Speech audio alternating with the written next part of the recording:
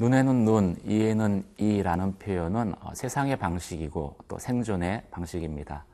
어쩌면 세상의 법 체계는 이것을 구체화한 것인지도 모르겠습니다. 그런데 오늘 예수님께서는 산상수훈의 말씀을 통해서 하나님 백성의 삶은 이러한 세상의 방식을 초월해서 사랑해야 되는 것이다 라고 말씀하십니다.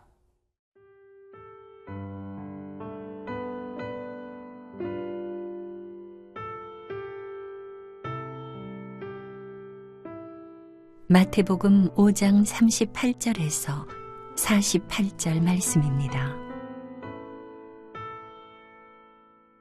또 눈은 눈으로 이는 이로 갚으라 하였다는 것을 너희가 들었으나 나는 너희에게 이르노니 악한 자를 대적하지 말라.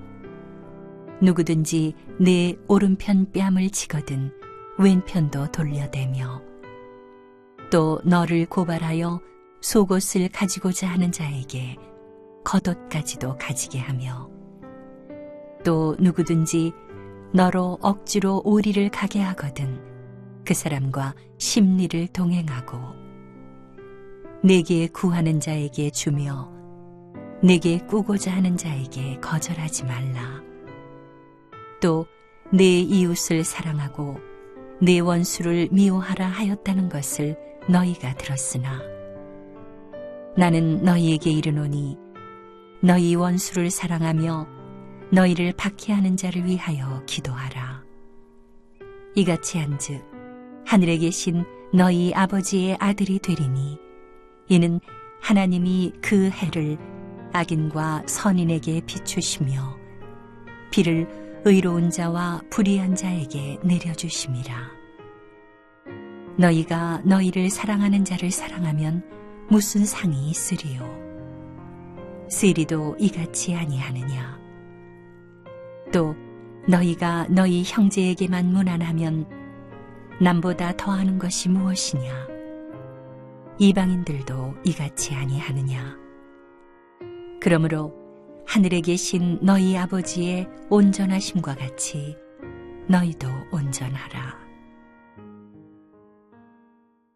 세상의 법은 눈에는 눈, 이에는 이로 갚아야 된다라고 말씀합니다. 38절, 39절을 보시겠습니다. 또 눈은 눈으로, 이는 이로 갚으라 하였다는 것을 너희가 들었으나 나는 너희에게 이르노니 악한 자를 대적하지 말라. 누구든지 내 오른편 뺨을 치거든 왼편도 돌려대며. 눈에는 눈, 이에는 이다라는 표현은 함무라비 법전에 등장합니다. 함무라비 법전은 바벨로니아의 왕 함무라비가 기원전 1750년에 만든 세계에서 가장 오래된 성문법 중 하나이죠.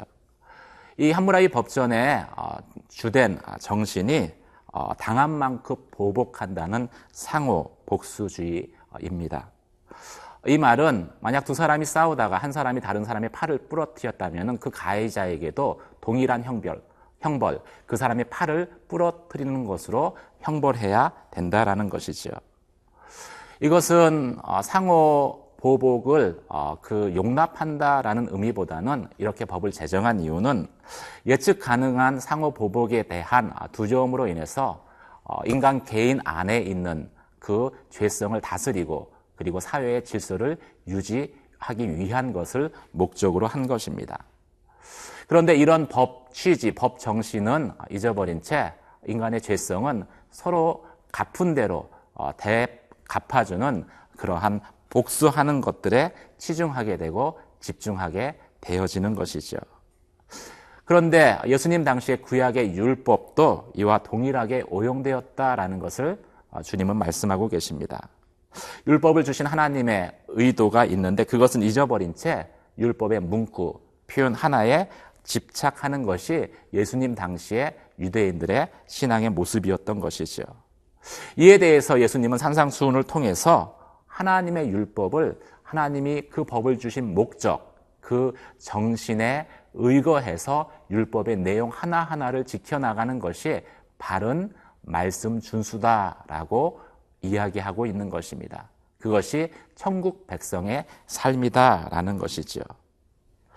예수님께서는 산상수훈의 말씀을 통해서 구원받은 천국 백성의 삶에 대해서 새로운 기준을 제시하십니다. 악에 또 다른 악으로 갚는 것이 아니라 선으로 악을 이기라라는 것이지요. 그리고 그것에 대한 구체적인 세 가지 예를 말씀하십니다. 첫 번째는 오른편 뺨을 치거든 왼편 뺨도 내밀라라는 것이죠. 그 당시에 뺨을 만지거나 치는 것은 상대방을 모욕하는 행위였습니다. 그런데 오른편 뺨을 맞은 사람이 왼편 뺨을 내밀면은 그 뺨을 친 사람은 어쩔 수 없이 손등으로 그 사람을 칠 수밖에 없습니다. 이 손등으로 뺨을 친다는 것은 손바닥으로 뺨을 치는 것보다도 맞는 것보다도 훨씬 더 큰 모욕과 경멸을 받는 것을 의미했죠. 그럼에도 불구하고 예수님께서는 그것에 대해서 똑같은 폭력이나 모욕을 주는 것으로 대갚지 말라고 오늘 말씀하고 계시는 것입니다. 두 번째, 예수님께서는 너를 고발해 속옷을 가지고자 하거든 겉옷까지 벗어 주어라 라고 말씀하고 있습니다. 그 당시에 겉옷은 밤에 기온이 떨어지면은 이불의 대용품이었습니다. 그래서 생존의 도구였기 때문에 함부로 매매할 수도, 그리고 법으로 빼앗아 갈 수도 없게 율법으로 정했습니다. 그런데 그런 당연한 권리마저도 주장하지 말고 필요로 하는 사람이 있으면은 그것을 주어라라고 예수님께서 말씀하시는 것이죠. 세 번째, 억지로 오리를 가자고 하면은 심리를 동의해 주어라라고 말씀하고 있습니다.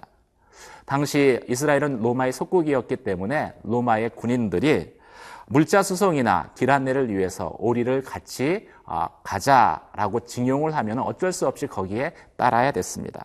그런데 억지로 하는 것이기 때문에 당연히 기분이 나빴겠죠. 반감이 생겼을 것입니다. 그런데 기분 나빠하지 말고 반감 갖지 말고 도움이 필요하면 그 도움을 주어라라고 말씀하고 있는 것입니다. 이것은 천국 백성의 삶이 단순히 율법의 작구 하나를 지키는 거기에 있는 것이 아니라 근본적으로 마음으로부터 영혼에 대한 사랑, 영혼에 대한 긍휼한 그 마음 가운데 하나님의 율법을 지키는 것이 바른 삶이다. 하나님이 원하셨던 삶이다라는 것을 주님께서 말씀하고 계시는 것입니다. 마지못해서가 아니라 사랑 가운데 그렇게 행해야 된다는 것이지요. 오직하면 속옷을 달라고 했을까? 얼마나 다급하면 오리를 같이 걷자고 했을까? 얼마나 화가 났으면 손등으로 나를 칠 정도로 그렇게 화를 내는 것일까? 긍휼히 여기는 마음, 그리고 사랑하는 마음을 가지고 대하라라는 율법의 가장 큰 정신을 말씀하고 있는 것입니다. 사랑하는 성도 여러분, 하나하나의 그 문구가 아니라 영혼을 사랑하는 마음 가운데 하나님의 말씀을 순종하는 그러한 믿음의 삶을 사는 저와 여러분 되시길 주님의 이름으로 축원합니다.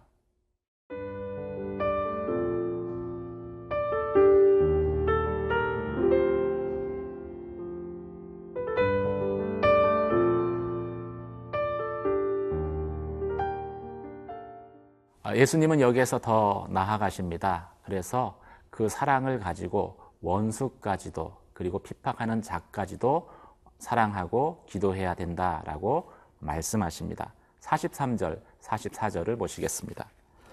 또 내 이웃을 사랑하고 내 원수를 미워하라 하였다는 것을 너희가 들었으나 나는 너희에게 이르노니 너희 원수를 사랑하며 너희를 박해하는 자를 위하여 기도하라.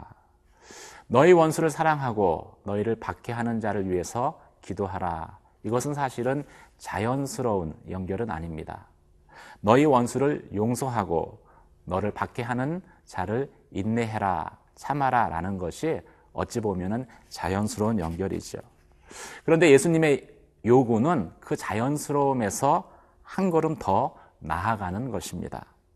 원수를 용서하는 정도가 아니라 사랑하라고 말씀하시기 때문이죠. 박해하는 자를 인내하는 정도가 아니라 그 사람을 위해서 기도하라고 말씀하시기 때문입니다. 이것은 어떤 의미에서는 우리의 힘으로 또 자연스럽게 되어지는 것은 아닙니다. 그래서 이 말씀 가운데 순종하기 위해서는 의지적인 결단이 선행되어져야 되는 것이죠. 그 결단까지 하는 것이 우리의 몫이다. 하나님 나라 백성의 몫이다라고 예수님은 말씀하고 있는 것입니다. 그럼 그 결단을 한 후에 어떤 일이 일어나겠습니까? 이 자연스럽지 않다라는 것은 우리 안에 원수를 사랑할 수 있는 자원이 없다는 것입니다. 또 핍박당하는 자를 위해 기도할 수 있는 능력이 없다는 것입니다. 그런데 결단하고 하나님 앞에 그렇게 하기로 결정하면은 우리 안에 계신 성령께서 우리를 변화시키시고 우리를 도우신다라는 것이죠. 그래서 천국 백성의 삶은 나의 힘으로만 살아가는 것이 아닙니다. 성령의 도우심 가운데 하나님의 말씀을 외적인 행동뿐만이 아니라 마음으로부터 순종하는 그것이 천국 백성의 합당한 삶이다라는 것을 성경은 말씀하고 있는 것입니다. 그렇다면 왜 우리는 이런 결단을 해야 합니까? 그것에 대해서 오늘 성경은 몇 가지 이유를 말씀하고 있습니다. 그것은 하나님이 그 온전한 사랑으로 우리를 먼저 사랑해 주셨기 때문이다라는 것이죠. 오늘 본문 말씀은 하나님의 온전한 사랑에 대해서 세 가지로 이렇게 요약해 설명합니다. 하나님의 사랑하심은 치우침이 없는 사랑입니다. 하나님은 선인에게도 햇빛을 비추시고 악인에게도 햇빛을 비추십니다. 우리는 공정하다라고 생각할 때 악인에게는 햇빛을 비추지 않는 것이 공정하다라고 생각할 수 있습니다. 그런데 하나님의 사랑은 그렇지 않다라는 것이죠. 치우치지 않는 사랑을 하시는 것입니다. 두 번째, 하나님의 온전하신 사랑은 무조건적으로 사랑해 주시는 것입니다. 내가 사랑하는 것과 비례해서 사랑해 주는 것이 아니라 무조건적으로 사랑해 주시는 것이 하나님의 사랑입니다. 세 번째, 하나님의 사랑은 차별이 없는 사랑입니다. 하나님은 유대인이나 이방인이나 구분하지 않고 사랑하십니다. 유대인이나 이방인이나 똑같이 믿음으로 구원 얻는 길을 열어주셨습니다. 차별 없는 사랑이죠. 우리가 하나님의 자녀가 된 것은 이 하나님의 사랑의 온전하심을 먼저 받았기 때문입니다. 그래서 그 사랑을 가지고 그 온전하신 사랑을 우리도 나타내고 드러내는 삶을 살아야 된다라고 말씀하고 있는 것입니다. 이것이 하나님의 온전하심을 우리로 하여금 보여줄 것이기 때문입니다. 사랑하는 성도 여러분, 여러분 마음 가운데 원수라고 여겨지는 존재가 있습니까? 무리한 요구를 하고 그리고 나를 모욕하고 그리고 나에게 억지를 부리는 것으로 인해서 마음 가운데 원수처럼 여기는 그러한 존재가 있습니까?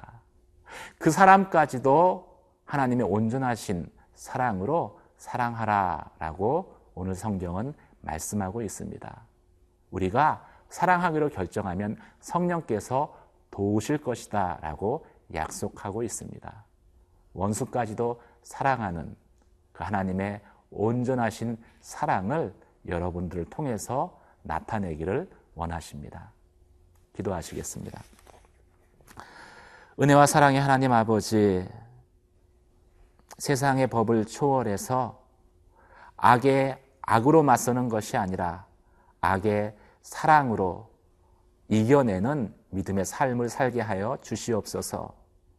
마음속 원수까지도 용서하고 기도하게 하시고 또 힘들고 어려울 때 나를 온전히 사랑하신 하나님의 사랑 가운데 다시금 붙들리게 하여 주시옵소서. 그렇게 사랑하며 오늘 하루를 살기를 원합니다. 예수님 이름으로 기도드립니다. 아멘.